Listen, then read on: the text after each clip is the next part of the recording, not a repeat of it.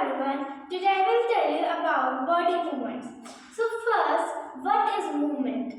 The change in the position of any part of the body is called movement.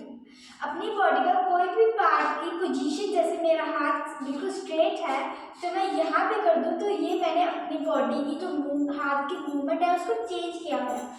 अब जो हमारी movement है वो हमारी बहुत नेसेसरी है। मूवमेंट हमारी बहुत ही नेसेसरी है। अगर हम मूवमेंट नहीं करेंगे तो हम अपना खाना लेने खुद नहीं जा सकते, हम अपने एनिमी से प्रोटेक्ट नहीं हो सकते और एक्सेट्रा। जो हमारे जो प्लांट्स है वो भी मूवमेंट्स करते हैं। जैसे आगे हमारा एक प्लांट है जिसका नाम है मिमोसा प्लांट। जब हम उसकी एक लीव्स को टच करते हैं तो उसकी जो लीव्स है वो क्लोज हो जाती है और कुछ टाइम के बाद वो फिर से ओपन हो जाती है। अब इस मूवमेंट के अंदर आते हैं हमारा लोकोमोशन। अब लोकोमोशन क्या होता है? तो movement of the whole body, एक पूरी बॉडी की movement of an organism from place to place, जगह से जगह जाने वाली मूवमेंट को हम कहते हैं लोकोमोशन। पर ये जो जगह से जगह जाने वाली मूवमेंट जो प्लांट्स है वो फॉलो नहीं करती, क्योंकि प्लांट्स अपने ग्राउंड में रूट से अटैच होते हैं, इसलिए वो मूवमेंट नहीं कर सकते ये वाली। अब उसके बाद आता है हमारा इम्पोर्टेंस। लोकोमोशन का इम्पोर्टेंस कैसे, लोकोमोशन क्यों इम्पोर्टेंट है? टू फाइंड आवर फूड, हमारा फूड और वाटर को ढूंढने के लिए तब हम लोकोमोशन का इम्पोर्टेंट करते हैं।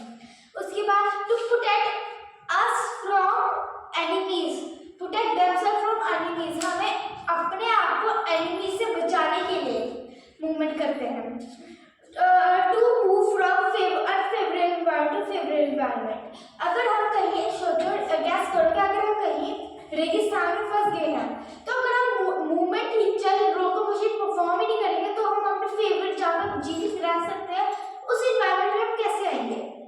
उसके बाद आता है एनिमल्स के लिए टू ले एग्स को ले करने के लिए सुटेबल प्लेस फाइंड, एग्स को ले करने के लिए सुटेबल प्लेस फाइंड करने के लिए हम लोकोमोशन परफॉर्म करते हैं। उसके बाद आता है हमारा स्केलेटन सिस्टम। अब स्केलेटन सिस्टम क्या होता है? The framework of bones in our body is called skeleton. एक फ्रेमवर्क ऑफ बोन जुड़ के हमारा एक स्केलेटन बनाती है, ठीक है। अब एक जो अडल्ट, जैसे मैं एक अडल्ट हूँ, मेरे अंदर 206, एक कोई भी अडल्ट हो उसके अंदर 206 बोन्स होगी। अब अगर जो न्यू बॉर्न बेबी आ गया, न्यू बॉर्न बेबी हो गया या फिर कोई 1 डेज का बेबी हो गया तो उसमें 300 बोन होती है। उसमें क्या होती है? 300 बोन्स होती है, ठीक है। अडल्ट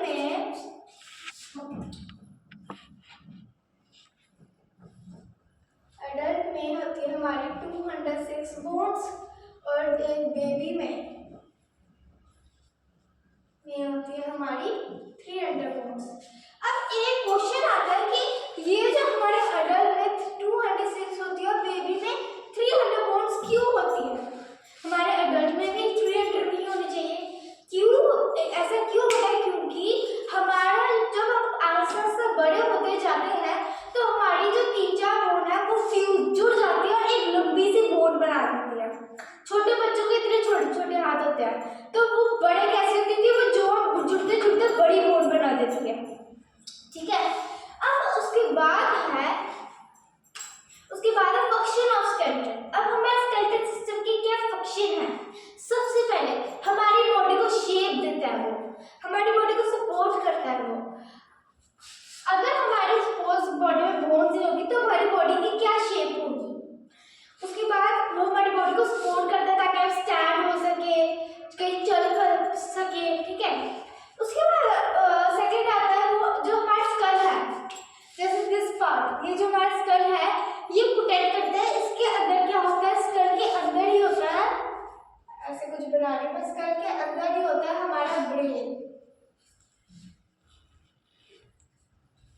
स्कल के अंदर ही होता है हमारा ब्रेन। अब जो हमारा रिब केज है, ये जो हमारा पार्ट है ये हमारा क्या है? Rib cage.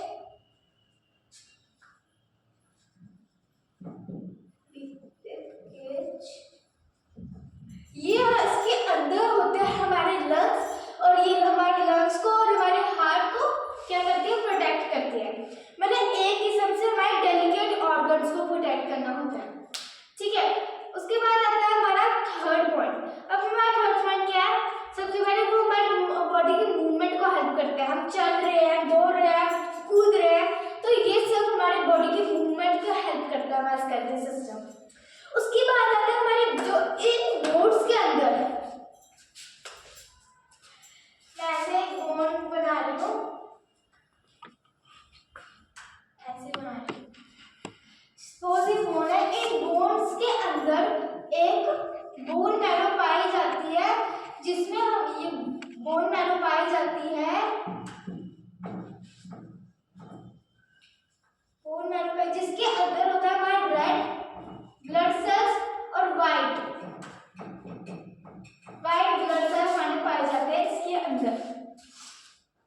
ठीक है।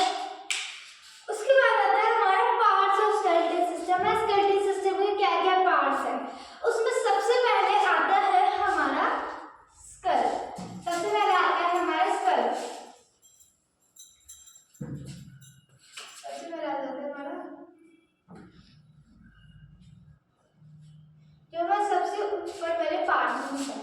अब जो हमारा स्कल है वो 22 बोन से बना हुआ है। हमारा पूरा जो स्कल है वो 22 बोन से बना हुआ है। कितने 22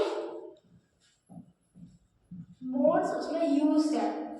जो हमारे 8 है वो हमारी फ्लैट बोन्स है। 8 हमारी फ्लैट बोन्स है। और जो हमारी बाकी की जो 14 रह गई वो हमारे फेस के लिए होती है, हमारा फेस का नक्शा बनाने के लिए होती है। ठीक है। अब जो हमारी ये पूरा हमारा स्कल है, ये हमारे ये तो नहीं हिलता, हमारा कुछ भी नहीं हिलता, बस हमारा लोअर जॉ हिलती है ताकि हम बात कर सके। Only lower jaw move.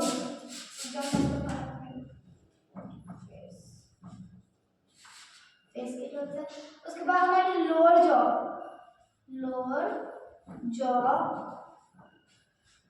Only move. सिर्फ हमारी लोअर जॉ मूव करती है। हमारे पूरे स्कल का टॉपिक हो गया। जो मैं बोलते हैं हमें च्यूइंग करने में, खाने को चबाने में और हमें बात करने में हेल्प करती है। उसके बाद हो गया हमारा बोन मैरो और स्पाइन। क्या आ गया उसके बाद हमारा बोन मैरो और स्पाइन। ठीक है। अब जो हमारा बोन मैरो है वो हमारा मेन एक्सिस है हमारे स्केलेटल सिस्टम का। मेन एक्सिस हमारा जो हमारे पार्ट ऑफ द स्केलेटन है उसमें पहला आता है हमारा स्कल और दूसरा हमारा बोन मैरो नहीं आता, हमारा बैकबोन होता है और स्पाइन होता है। अब जो हमारे बैकबोन और स्पाइन है वो हमारा मेन एक्सिस है। बैकबोन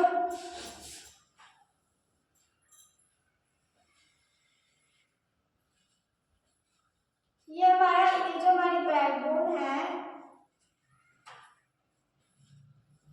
ये हमारा मेन एक्सिस है जिसकी वजह से हम स्टैंड हो सकते हैं। अब इस जो बैकबोन है वो हमारे हड्डी की स्मॉल रिंग शेप्ड बोन से बना है। ये ऐसे होते हैं, वो रिंग शेप ऐसे होते हैं थोड़े। ये इसके अंदर बैकबोन, ये रिंग शेप बोन से बना है। इन बोन्स को हम बोलते हैं वर्टेब्रे।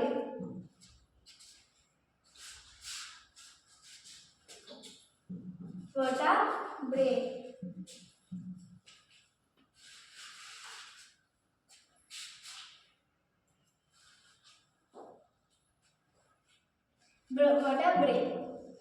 अब ये जो हमारे वर्टेब्रे है, ये जो हमारे वर्टेब्रे टुगेदर हमारा बनाते हैं vertebrae column.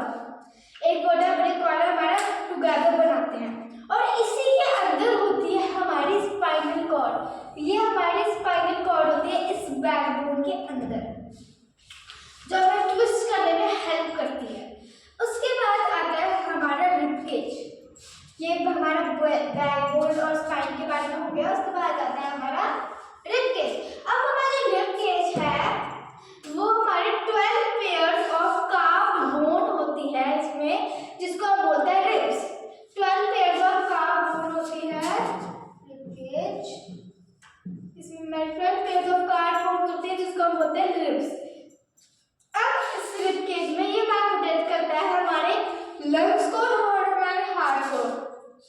From the head हमारे हार्ट और लंग्स, इसको हमारे प्रोटेक्ट करता है।